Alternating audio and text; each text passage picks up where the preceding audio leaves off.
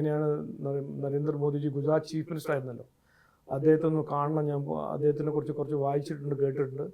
അപ്പം ഞാൻ ഒരു ഇമെയിൽ അയച്ചു. പെട്ടെന്ന് 24 മണിക്കൂറിൽ എനിക്ക് സമയം കിട്ടി. ഞാൻ അവിടെ ഫ്ലൈറ്റിൽ പോയി. എനിക്ക് ഇന്നും ഓർമ്മയുണ്ട്, അദ്ദേഹത്തിൻ്റെ ഹോം ഓഫീസിലാണ് ഞാൻ ആദ്യമായിട്ട് അദ്ദേഹത്തിനെ കാണുന്നത്. ടേബിൾ കംപ്ലീറ്റ്ലി ക്ലിയർ ആയിരുന്നു. ഒരു ഫയൽ ഉണ്ടായിരുന്നു അദ്ദേഹത്തിൻ്റെ ടേബിൾ മുകളിൽ. ഞാൻ ഇരുന്നു. ഞാൻ രാജീവ് ചന്ദ്രശേഖറാണെന്ന് പറഞ്ഞ് ഇൻട്രൊഡ്യൂസ് ചെയ്തു. അപ്പോൾ അതുവരെ ഞാൻ കണ്ട രാഷ്ട്രീയക്കാരെല്ലാം ഒരു വലിയ ഈഗോയിസ്റ്റിക്കും വലിയ എൻ്റെ എക്സ്പീരിയൻസ് അതായിരുന്നല്ലോ. 6 കൊല്ലം ലോക്സഭയിലും രാജ്യസഭയിലും പാർലമെൻറ്റിലെല്ലാം കഴിഞ്ഞിട്ട്. പക്ഷെ അദ്ദേഹത്തിൻ്റെ ടേബിൾ ഒരു ഫയൽ ഉണ്ടെന്ന്. ആ ഫയലിൽ ഞാൻ 2006 മുതൽ 2012 വരെ എൻ്റെ എല്ലാ ആർട്ടിക്കിളും, എൻ്റെ എല്ലാ ബഡ്ജറ്റ് സ്പീച്ചസ്, പാർലമെൻറ്റിൽ ബഡ്ജറ്റ് സ്പീച്ചസ് എല്ലാം ടാഗ് ചെയ്ത് കൃത്യമായിട്ടൊരു ഫയൽ ഉണ്ടായിരുന്നു. അതായത് താങ്കൾ അപ്പോയിൻമെന്റ് ചോദിച്ച സമയം തന്നെ അദ്ദേഹം അത് കളക്ട് ചെയ്തു. കളക്ട് ചെയ്തു എന്നാണ് ഞാൻ വിശ്വസിക്കുന്നത്. ഞാൻ ചോദിച്ചില്ല എങ്ങനെയാണ് കളക്ട് ചെയ്തത്. പക്ഷേ ഞാൻ ഇരുന്ന ഉടനെ അദ്ദേഹം ഫയൽ തുറന്നിട്ട് 2010 ഞാനൊരു ബഡ്ജറ്റ് സ്പീച്ചിൽ പാർലമെൻറ്റിൽ പറഞ്ഞതായിരുന്നു, governance reforms and infrastructure of opportunity എന്ന് പറഞ്ഞ ഒരു ഐഡിയ മുമ്പോട്ട് വെച്ചായിരുന്നു. അപ്പോൾ അതുവരെ ഞാൻ പറഞ്ഞത് 2010 അതുവരെ ആരും എന്നോട് അതിനെക്കുറിച്ച് ഒരു ചർച്ചയോ ഒരു ചോദ്യവും ചോദിച്ചിട്ടില്ല. പക്ഷേ ഞാൻ ഇരുന്ന ഉടനെ അദ്ദേഹം എന്നോട് ചോദിച്ചു, ഈ ഇൻഫ്രാസ്ട്രക്ചർ ഓഫ് ഓപ്പർച്യൂണിറ്റി നിങ്ങൾ പറഞ്ഞത് എന്താണ്? ഗവർണൻസ് റിഫോംസിനെ കുറിച്ച് നിങ്ങൾ പറയുമ്പോൾ എന്താണ് മനസ്സിൽ? അങ്ങനെ ഞാൻ അങ്ങ് തളർന്നുപോയി.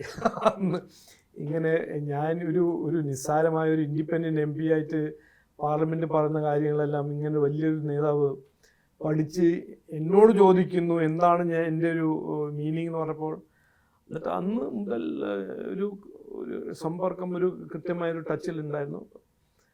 താങ്കൾ അദ്ദേഹത്തെ കാണുവാനുണ്ട്. താങ്കൾക്കൊരു ലക്ഷ്യമുണ്ടായിരുന്നിരിക്കുമല്ലോ, എന്തുകൊണ്ട് അദ്ദേഹത്തെ സന്ദർശിക്കാൻ താല്പര്യപ്പെട്ടു? അദ്ദേഹത്തിനെ കുറിച്ച് ആർട്ടിക്കിൾസ് എല്ലാം വായിച്ചു. Gujarat model governance. ഞാൻ രാഷ്ട്രീയത്തിൽ ഇറങ്ങിയത് ഈ ഗവർണൻസ് റിഫോംസ് പറഞ്ഞിട്ടാണ്. Economic reforms, governance reform. ഞാനൊരു ബിസിനസ് ആയിരുന്നല്ലോ, ഓൺട്രപ്രണർ ആയിരുന്നല്ലോ. പക്ഷെ താങ്കളുടെ ഒരു രാഷ്ട്രീയമായിരുന്നില്ല അന്ന് നരേന്ദ്രമോദിക്ക്. അല്ല, ഞാൻ ഇൻഡിപെൻഡന്റ് MP ആയിരുന്നു. ആദ്യത്തെ ടേം ആയിരുന്നു. ഞാൻ വിചാരിച്ചത് ഞാൻ ഒരു ടേമിൽ പാർലമെന്റിൽ ഉണ്ടാവും, അതൊരു എക്സ്പീരിയൻസ് ആയിട്ട് ഞാൻ കാണും. അത് എന്തെങ്കിലും പഠിച്ചിട്ട് ഞാൻ പിന്നെയും ബിസിനസ്സിലോ ഓൺട്രപ്രണർഷിപ്പ് ചെയ്യുന്നതാണ് എൻ്റെ അന്നത്തെ ഒരു വിശ്വാസം. പക്ഷെ ഞാൻ അദ്ദേഹം പോയി കണ്ടു. അപ്പോഴാണ് എനിക്ക് മനസ്സിലായത് എൻ്റെ ഐഡിയാസും ഞാൻ മനസ്സിലാക്കുന്ന കാര്യങ്ങളെല്ലാം ഇങ്ങനത്തെ വലിയ ലീഡേഴ്സും അങ്ങനെ അവർ വിചാരിക്കുന്നുണ്ട്, ചിന്തിക്കുന്നുണ്ട്. നാടിന് മോഡേണൈസ് ചെയ്യാൻ ഇങ്ങനത്തെ പാർട്ടി പോളിറ്റിക്സിലും ആൾക്കാരുണ്ട്, ലീഡേഴ്സ് ഉണ്ടെന്ന് അന്നാണ് എനിക്ക് കൃത്യമായ ഒരു ക്ലാരിറ്റി കിട്ടിയത്. അപ്പോൾ അന്ന് മുതൽ ഞാൻ റെഗുലറായിട്ട് മീറ്റ് ചെയ്തു. പിന്നെ അത് കഴിഞ്ഞിട്ട് പിന്നെ 2014 ഇലക്ഷനിൽ ഞാനൊരു ഇൻഡിപെൻഡൻറ്റ് MP ആയിരുന്നു.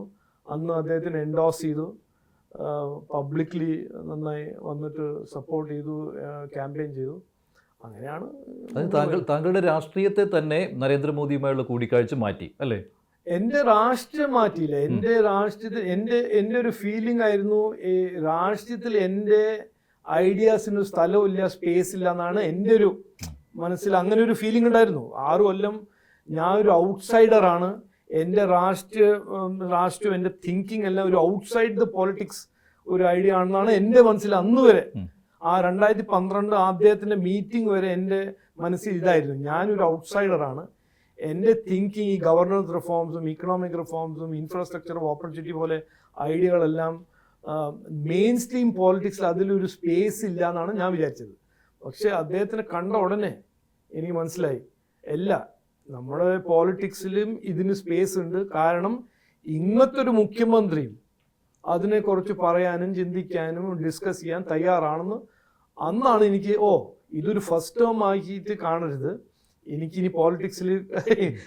അതിനു മുൻപും ഇപ്പോൾ കോൺഗ്രസ് ഭരിക്കുന്ന കാലത്തും ഇപ്പോൾ ടെക്നോക്രാഫ്റ്റുകളെയും അതുപോലെ തന്നെ സയന്റിസ്റ്റുകളെയും ഒക്കെ അവരും അംഗീകരിച്ചിട്ടുള്ളതാണ് അല്ലെ, രാഷ്ട്രീയത്തിലേക്ക്. അങ്ങനെയല്ല, ഇതിൽ ഞാൻ ടെക്നോളജീൻ്റെ ഡിസ്കഷനല്ല നടത്തിയത്. ഇന്ത്യയെ കുറിച്ചാണ് ഡിസ്കഷൻ. ഡെവലപ്മെന്റ്, വികസനം. ഡെവലപ്മെന്റും അതിന് ഡെവലപ്മെന്റിന് വേണ്ട ഒരു രീതി